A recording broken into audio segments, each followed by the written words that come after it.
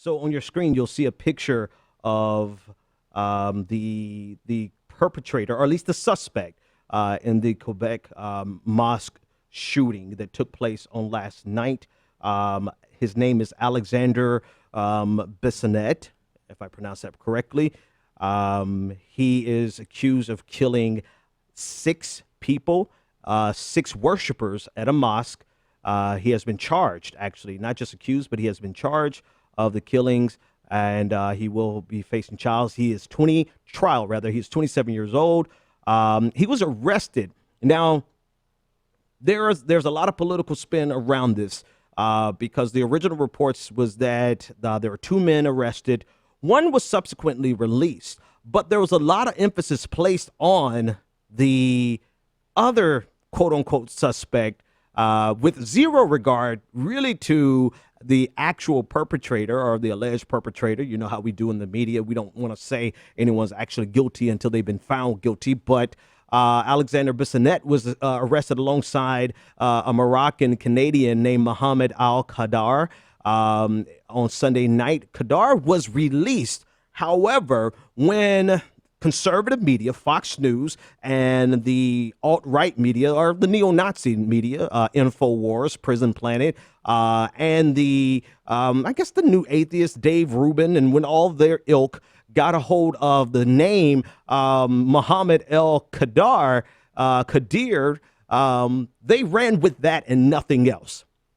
And they spun a narrative of this is Islam attacking Islam. This is jihadis attacking Muslims. More importantly than their concern about the people who were killed in the mosque was the political narrative that they can weave that this was another terrorist attack by Islamists. So therefore, it underscores the necessity of Donald Trump's Muslim ban. Lo and behold, a few hours later, turns out that Qadir was actually one of the worshipers there. He was released, and the only person who is guilty of the shooting, or the only person who is suspected of the shooting, is Alexander Bissonnette, who is considered by his friends to be a pro-Trump supporter. And one woman described him as frequently getting into arguments with her online over feminism. He was anti-feminist, basically an alt-right, white supremacist, white nationalist troll on the internet. He did identify as a conservative who supported Donald Trump. He actually also identified with the politics of Marie Le Pen. Actually, he did not get involved into politics, according to some sources, until she visited Canada.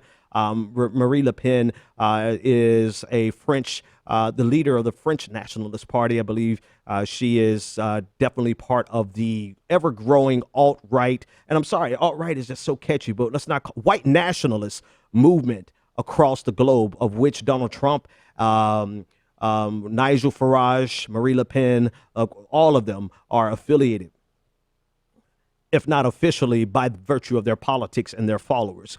There's a loose confederation there. But the point is that it benefited the narrative of conservatism in the United States to support Donald Trump by this story being cast as one as being committed by a Muslim, when in actuality, and even Fox News ran with it. Fox News made headlines about this, saying that this person was a Moroccan Muslim.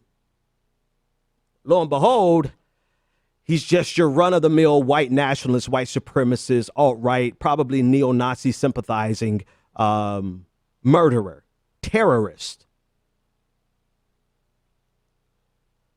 And so tonight, as more information comes out, there's the ever-pressing political issue of who controls the narrative. And it's a sad affair. I actually didn't say anything about it until I found out conclusive information on it. And a lot of times these media outlets rush to put these stories out so that they could be first. The other half rush to put the story out so that they can control the narrative. And I find it so hilarious that people like Dave Rubin and Paul Joseph Watson, whatever his name, Prison Planet from InfoWars, the editor at large for InfoWars. I just get a kick out of them even having an editor there. But anyway, it's so ironic because now they're covered because they were the first ones to come out with this saying that, oh, this was a Moroccan Muslim. And they painted these narratives that benefited their overarching theme. Now, on the flip side, when they realize, oops, I was dead wrong, now they're playing the sympathy card or the victim card of, oh, well, when it's an Islamist, everyone rushes to, or no one wants to admit it's a Islamist. But when it's a right-wing nationalist, see, we're willing to admit, Prison Planet, I'm willing to admit that this was a right-wing terrorist. Well, yeah, because that's what it was. It's not like you have a choice in it. You're going to admit that's what it was because that's who it was. But when it suited you to try to cast a narrative otherwise, you ran with that because you're so interested in politicizing tragedy that even given the tragedy time to breathe for us to find out some information. Now, does everybody do it? I can't say everybody does it. I did not do it intentionally because I said to myself, I need to wait and see what this is all about. And it didn't take 10 hours. But people are rushing to be the first to put a story out, not for the clicks. And then the other half are probably the same. They're not, separate groups. They're probably the same groups. They're also rushing to cast a narrative that benefits their political agenda. But this tragedy is actually the true story, right? In the midst of all of the political spin, we have to take a step back and wonder is anyone actually going to pay attention to the actual tragedy? Prime Minister Justin Trudeau called it a terrorist attack. They targeted the mosque, and just a lot of lives were lost. And we so quickly politicize it to the point where we miss the fact that 6 people are dead. 6 people are dead because of political reasons, yes, but ultimately 6 people are dead. And we'll discuss the political ramifications as we go along.